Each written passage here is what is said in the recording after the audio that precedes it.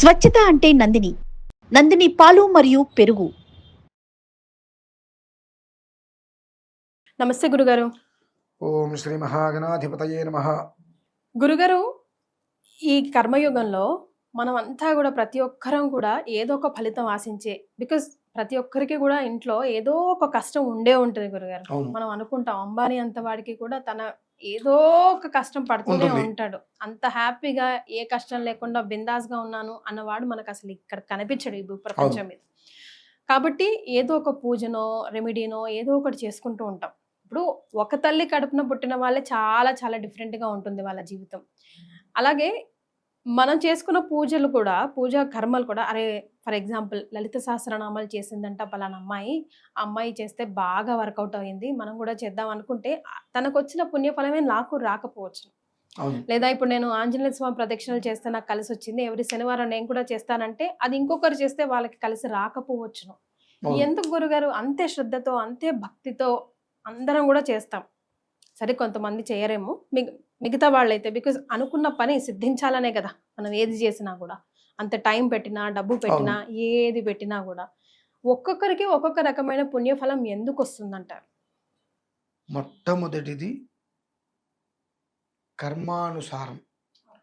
నువ్వు ఏ కర్మ అయితే చేశావో ఆ కర్మ ఫలం నువ్వు అనుభవిస్తావు. నేను పూజ చేశాను కదా నాకు ఇవ్వద్దు అనుకోవడానికి లేదు. ఆ కర్మలో కూడా స్వార్థం ఉందా నిస్వార్థం ఉందా అనేటువంటిది కూడా భగవంతుడు చూస్తాడు. ఇప్పుడు నేను మాట్లాడకూడదు కానీ కొన్ని విషయాలు చెప్తా, ఇక్కడి వరకు వచ్చింది కాబట్టి. చాలామంది మా పురోహితులు ఉంటుంటారు. పురోహితుడు అనంటే పురజనుల యొక్క హితాన్ని కోరేవాడు పురోహితుడు. గురుగారు ఏ పరిస్థితుల్లో కూడా ఎవ్వడి మీద పడి ఏడవకూడదు. మరి నువ్వు ఒకళ్ళ మీద పడి ఏడుస్తున్నావు, ఒకడేదో బాగుపడిపోతున్నాడు, ఇంకోటి ఏదో చేస్తున్నాడు, నువ్వు అంత మీద పడి ఏడుస్తున్నావు అంటే నీకు బ్రాహ్మణ లక్షణాలు ఎక్కడ ఉన్నట్టు అసలు? అంటే ఎందుకు అంటున్నానంటే మనం చేసేటువంటిది ఎదుటి మనిషి బాగుండాలి అని చేస్తున్నప్పుడు ముందు మన మనస్సు బాగుండాలి. మన మనస్సు అనేటువంటిది ప్రశాంతంగా లేకుండా, ఇప్పుడు నేనున్నా ఇక్కడ, ఎవరో బాగుపడిపోతున్నారు, వాళ్ళు ఎవరో ఏదో చెప్తున్నారు, వాళ్ళు ఎవరో ఏదో చేస్తున్నారు అనేటువంటిది నేను ఏడుస్తున్నాను అనుకోండి, నా బ్రాహ్మణత్వం ఏమైనట్టు? మరి నేను బ్రాహ్మణేనంటే సర్వకాల సర్వావస్థల యందు అందరూ నా తోటివాడితో సహా ప్రతి ఒక్కరు బాగుండాలి అని కోరుకోవాలి. అంతేగాని వాడెవడో ఏదో మాట్లాడుతున్నాడు, వాడెవడో ఏదో చేస్తున్నాడు, వాడే ఎక్కువ మనిషి వస్తున్నారు, వాడు అది చేస్తున్నాడు, ఇది చేయకూడదు, వాడు చెప్పింది తప్పు, వీడు చేయకూడదు తప్పు అనేటువంటి ఇది తప్పు ఫలానా తేల్చడానికి నువ్వెవడంటా నేను. ఇలా ఉన్నప్పుడు మనం ఏం చెప్పినా అవి కనెక్ట్ అవుతాయండి.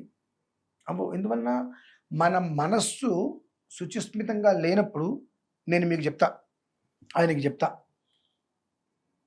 అమ్మ మీరు ఆంజనేయ స్వామి దేవాలయానికి వెళ్ళండి, చక్కగా త్వమస్మిన్ కార్యనిర్యోగ శ్లోకం ఇస్తాను, త్వమస్మిన్ కార్యనిర్యోగైన శ్లోకం ఇస్తాను, ఆ శ్లోకంతో చక్కగా ఇన్ని ప్రదక్షిణాలు చేయండి, ఎలాంటి ఆలోచనలు లేకుండా హాయిగా చేయండి అమ్మా అని చెప్పాను. సరే గురుగారు అన్నారు, మీరు వెళ్ళారు, చేశారు, మీకు ఒక ప్రశాంతత వచ్చింది. మీరు ఒక 10 మందిని చెప్పారు, నేను ఆ గురుగారి దగ్గరికి వెళ్ళాను, ఆయన నాకు కొన్ని విషయాలు చెప్పారు, నేను ఆచరించాను, నేను చాలా బాగున్నాను, హాయిగా అన్నారు అన్నప్పుడు ఆ నలుగురు కూడా నా విషయం తెలుసుకుని నా దగ్గరికి రావడం మీద చేస్తారు. ఇంకొక మనిషి ఉన్నారు,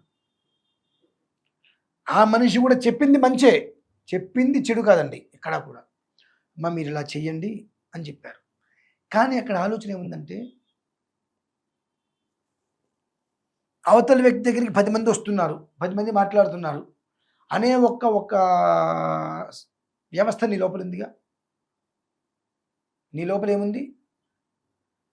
మానసిక ప్రశాంతత ఉందా? లేదు.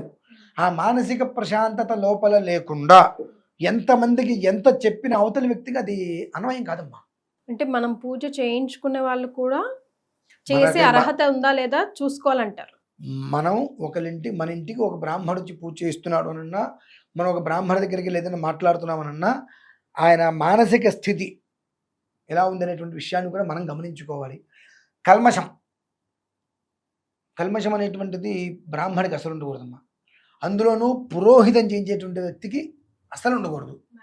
ఎందువల్లంటే ఎప్పుడు నిర్మలమైన హృదయంతో ఉండేటువంటి వ్యక్తి చెప్పినటువంటి ప్రతిదీ జరుగుతూనే ఉంటుంది. ఆ విషయం ఎలా తెలుస్తుందండి మనకు? ఆ మనిషిలో కల్మషం ఉందని మనకేం తెలుస్తుందండి? పెద్ద బ్రహ్మాండం కాదండి. ఎప్పుడైతే నేను చెప్పిందే గొప్ప, ఎదుటివాడు ఇలా చెప్పకూడదు, ఇలా చేయకూడదు, ఇలా తప్పు అని వేలెత్తి చూపించేటువంటి ప్రక్రియలు కొన్ని ఉంటుంటాయి. నీకు నిజంగా అది ఉన్నట్లయితే ఆ మనిషిని పిలిచి ఎదురుకుండా కూర్చోబెట్టి నువ్వు మాట్లాడు. అంత పరిజ్ఞానం నీకుంటే ఎదురుగుండా కూర్చోబెట్టి మాట్లాడు. మొన్న ఒక చిన్న డిస్కషన్ వచ్చింది. అది ఎవరి గురించి వచ్చి నాకు తెలియదు కానీ ఒక గ్రహ విధానంలో వచ్చింది. గురుగారు అదే విషయం గురించి నేను డిస్కషన్ చేశాను. అదే విషయం గురించి ఇంకో ఆయన కూడా డిస్కషన్ చేశారు. మూడో వ్యక్తి ఈ విధానం తప్పు అని చెప్పడం మొదలుపెట్టారు. ఓకే, మంచిది, శుభం. తప్పు అని చెప్పి అర్హత ఎక్కడి నుంచి వచ్చింది? ఏ కారణం చేతి వచ్చింది? నీకు అదేదైనా ఉంటే నువ్వు నా దగ్గరకో ఇంకొక ఎక్స్ పర్సన్స్ ఉంటారు, వాళ్ళతో మాట్లాడాలి. బాబు నువ్వు ఎలా చెప్పావు, ఆధారం ఏంటి అని, పరిజ్ఞానం ఉందా నీకు? లేకుండా నువ్వు ఎలా చెప్పావు? దీనికి ఏదైనా శాస్త్ర ప్రమాణం ఉందా అని మమ్మల్ని అడగాలి.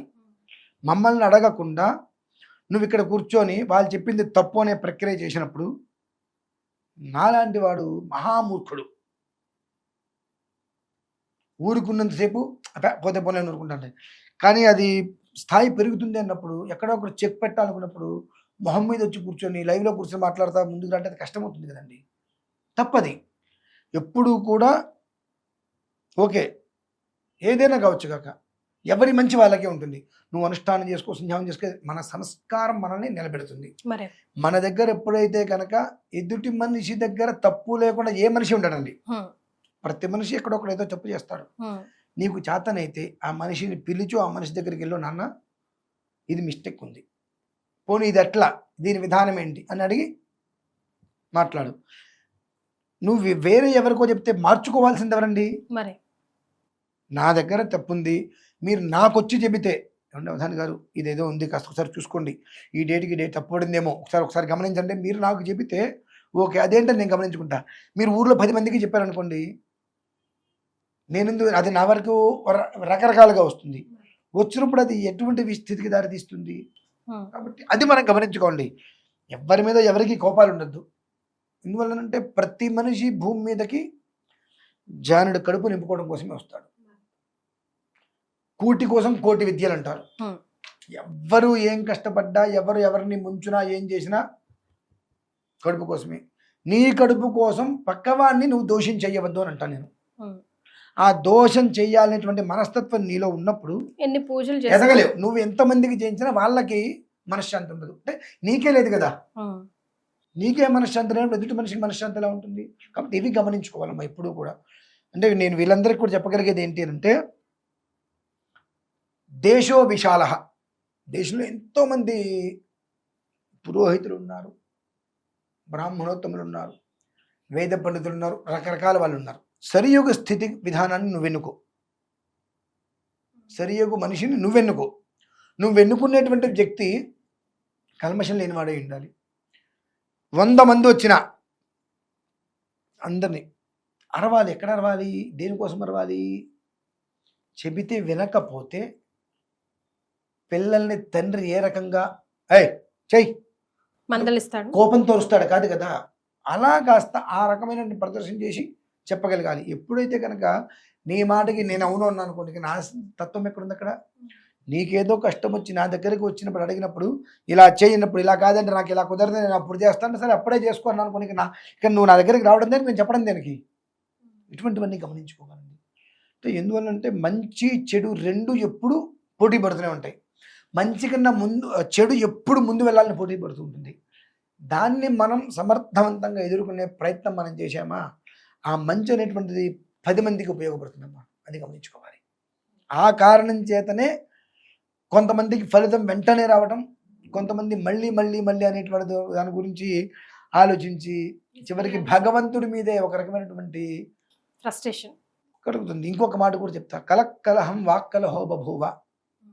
చాలా మందికి ఈ మాట మాత్రం నేను ఎవరిని ఉద్దేశించి చెబుతున్న విషయం పక్కన పెడితే ప్రతి మనిషికి ఉపయోగపడాలి.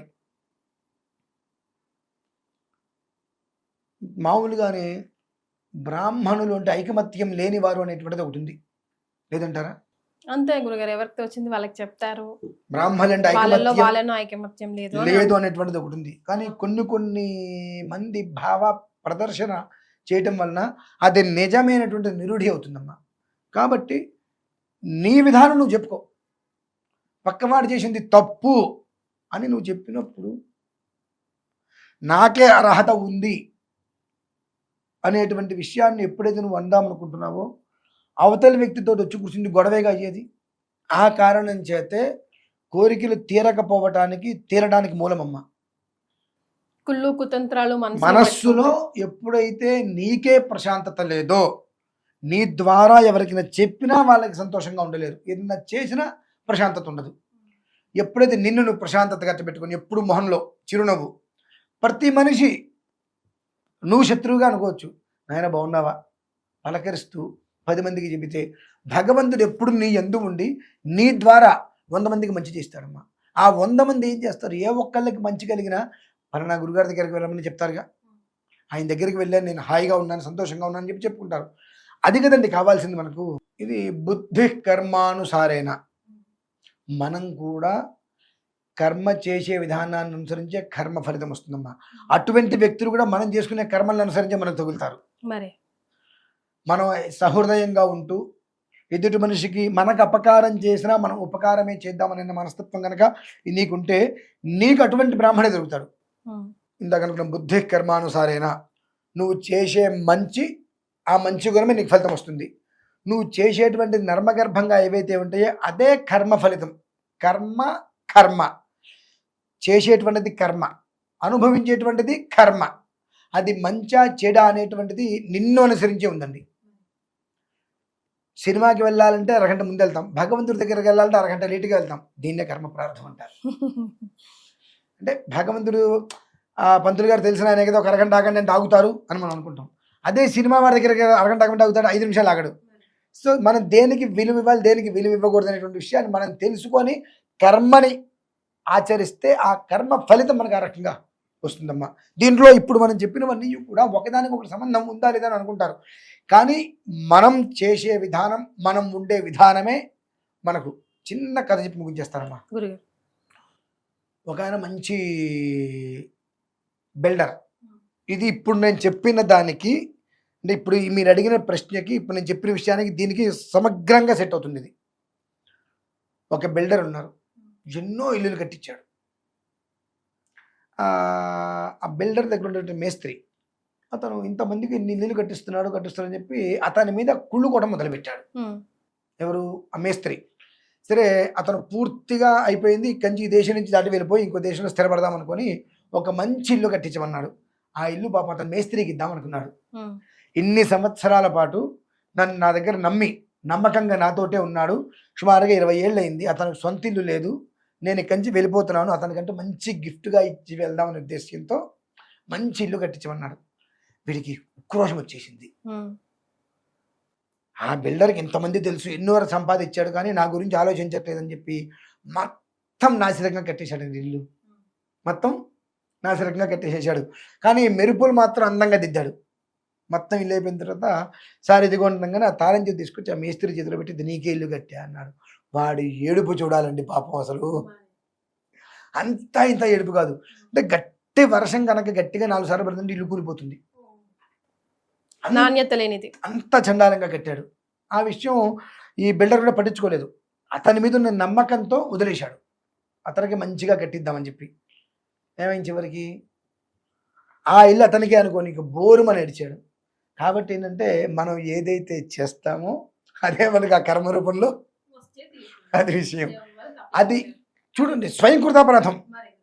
ఇన్ని సంవత్సరాలు జాగ్రత్తగా ఉంటూ నీ తోటి మనిషిని, అతను మేస్త్రిగా బిల్డర్గా ఎదిగాడు, నీ తోటి ఇంకొక మేస్త్రి బిల్డర్గా ఎదిగాడు, అతను బాగుపడిపోయాడు, నేను బాగుపడలేకపోయాను, నాకు నష్టం చేస్తున్నాడు, నేను నిలబడలేకపోయాను, ఇప్పుడు ఇంకో ఇల్లు కట్టమంటున్నాడు, ఇక దేశాన్ని విడిచి వెళ్ళిపోతున్నాడు, నా పరిస్థితి అంటే నువ్వు అప్పటి వరకు బాగున్నవాడు అప్పటికప్పుడు నెగిటివ్గా ఊహించుకొని మొత్తం నాశనంగా కట్టేసావు. నీ కర్మ పదార్థానికి ఐలు నీకే వచ్చింది.